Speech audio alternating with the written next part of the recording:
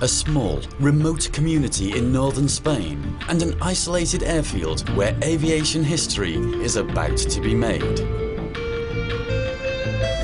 Here, the birds enjoy total freedom, undisturbed by human flight, cruising powerful thermals pushed up from the baked earth. Today, however, the boundaries of flight and computer technology are about to be pushed further than ever before. Let's see what they are doing. Yeah, it's really simple. Scientists, engineers and TV technicians from all over the world have come here to stage the world's first virtual air race. This is a pioneer production for maybe a lot of upcoming sports in two worlds, in a reality world and in a virtual world. Test aircraft will carry advanced computer systems and race through a virtual course. On the ground, powerful computers will track each plane and open the way to internet gamers to join the action, all in real time. Two planes will race each other in the first of a series of test flights. Castor van Tobin is a Boeing 757 pilot and is fourth in the world aerobatic rankings.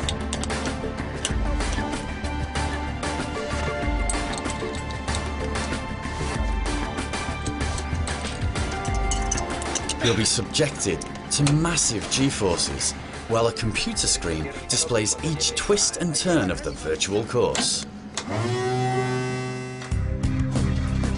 Together with Belgian test pilot Bruno van Weyenberg, Castor van Tobin will need to adjust to flying through a series of 3D objects which do not exist.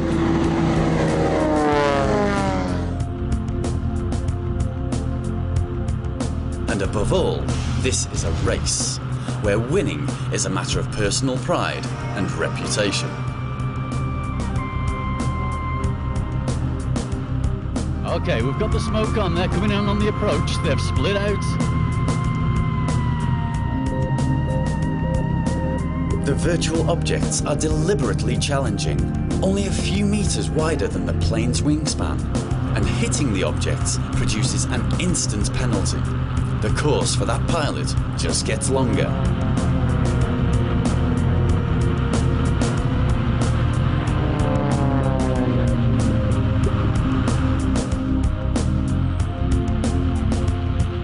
And the first blood goes to Castor, but only by 1.5 seconds.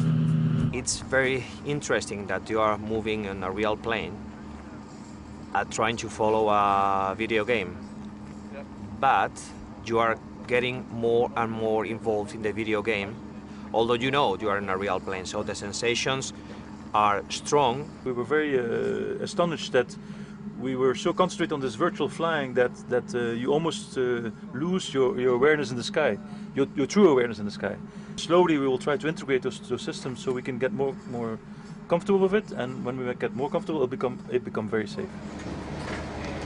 The second part of the day's tests was staged in the afternoon by a young Spanish pilot who is an expert in the virtual world of internet flight simulators and real-time gaming. Ernest Artigas will fly a virtual plane against Castor van Tobin. This is to be another world first, a race between real and virtual planes through a virtual course. Years of research all come together in this one flight, the ultimate test of each complex piece of technology.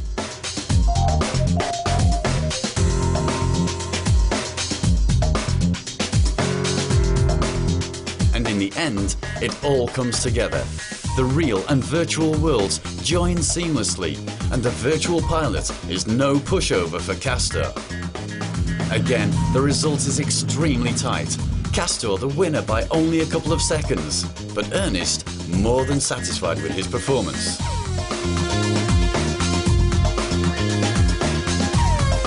When they told me that I will fly against real pilots. I get very nervous, but now I experienced it at experience completely new, completely exciting, very cool to fly against real pilots from the computer.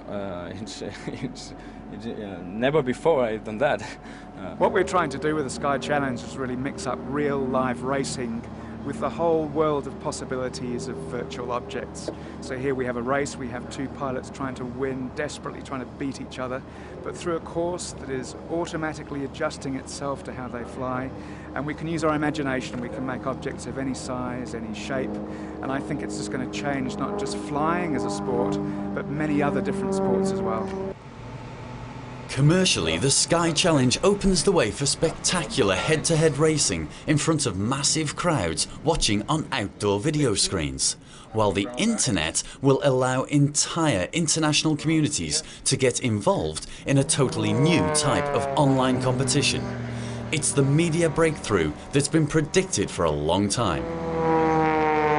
You've got interactive, you've got an ability to immerse yourself in the experience actually as a spectator.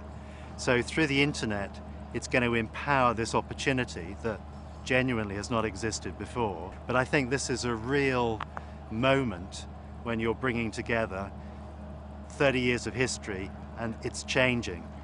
And through this opportunity and this airfield, we're just seeing very specifically that moment right now. As the dust settles over this airfield in Spain, the Sky Challenge system will be rolled out into a cycle of global competitions. Pilot training can benefit from the Sky Challenge as well, but the most spectacular events will be the air races, where human skill and courage are displayed as never before.